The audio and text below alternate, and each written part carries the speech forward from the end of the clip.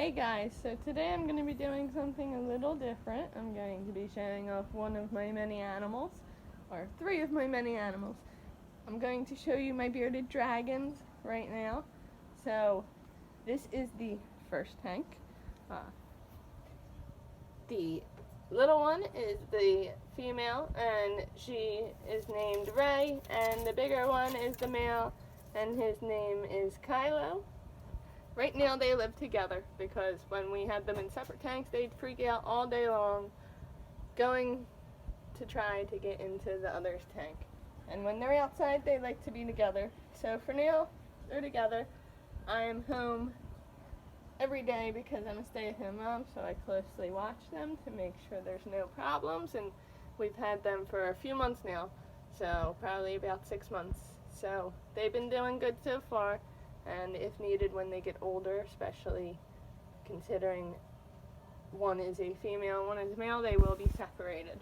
But for now, they are together, and a tank is being prepared for one of them to go into. Now, it's recommended to have a 40-gallon breeder tank for a bearded dragon. This is bigger than that.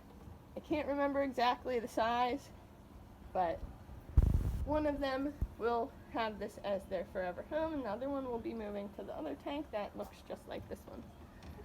So this is their cool side, where their water, their food, and a little hut are. The female likes to climb, so we have a net. She likes to hang on there. And then we have the rock, and for them to go up on if they want to get closer to the light, and then their log that they can sleep under, and they can also hang out on. As you see, they like to hang out there. Their light is usually right here, right above the rock, but right now their light decided to break today, so I will be going to the store later. So right now they have the other bearded dragon's light while she is out in the window. And I'm about to feed them, and this is what they normally get for their everyday food.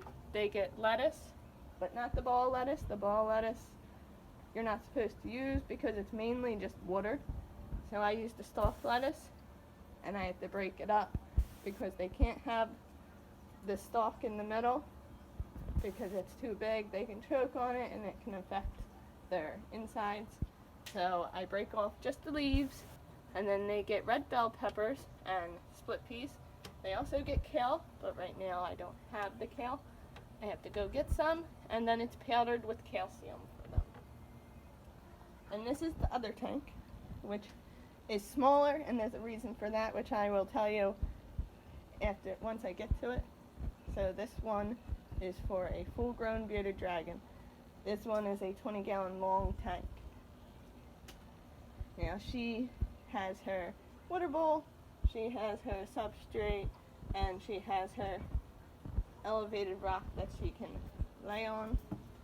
She's not in here right now. She is in the window, like I said, and she also has the same diet of food.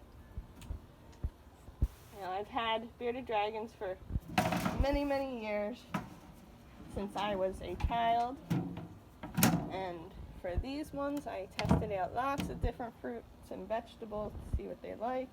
And this is mainly what they like to have with the kale. And occasionally they also get fruit, and they also get a lot of crickets that are powdered with calcium also once a week. So now to go show you Spyro. Spyro's in the window. They all like to come out and just sit in the window.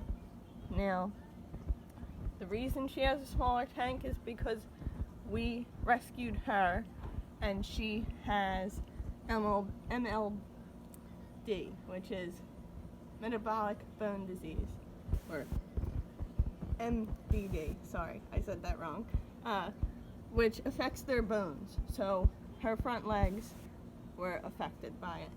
So they're all twisted up, and it's not pretty to see, but she wasn't getting enough calcium from her previous owner, or she wasn't getting enough UVB light.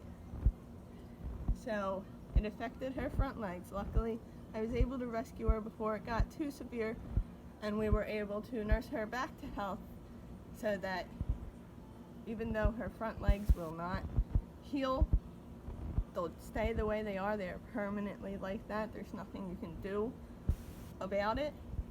But we were able to strengthen her legs. So at one point she was barely able to walk.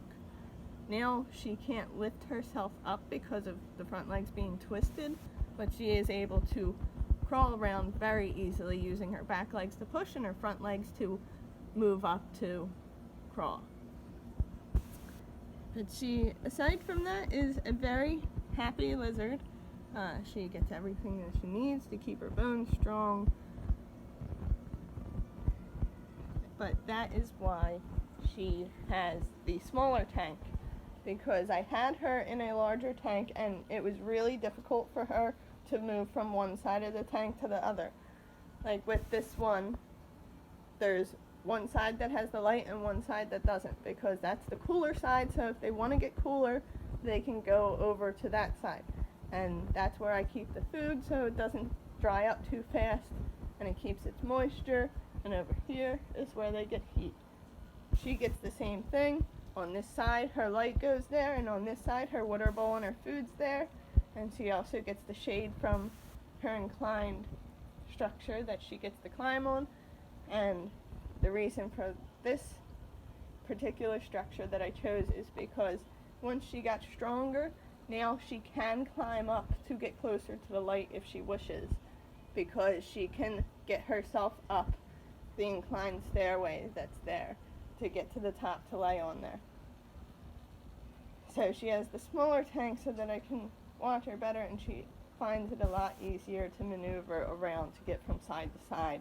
While when I had her in the bigger tank, she had a lot of trouble doing that, getting from one side to the other to back. So she is in a smaller tank. So that's all I wanted to show you today. I'm sure you'll see them in the future, but I'll see you next time.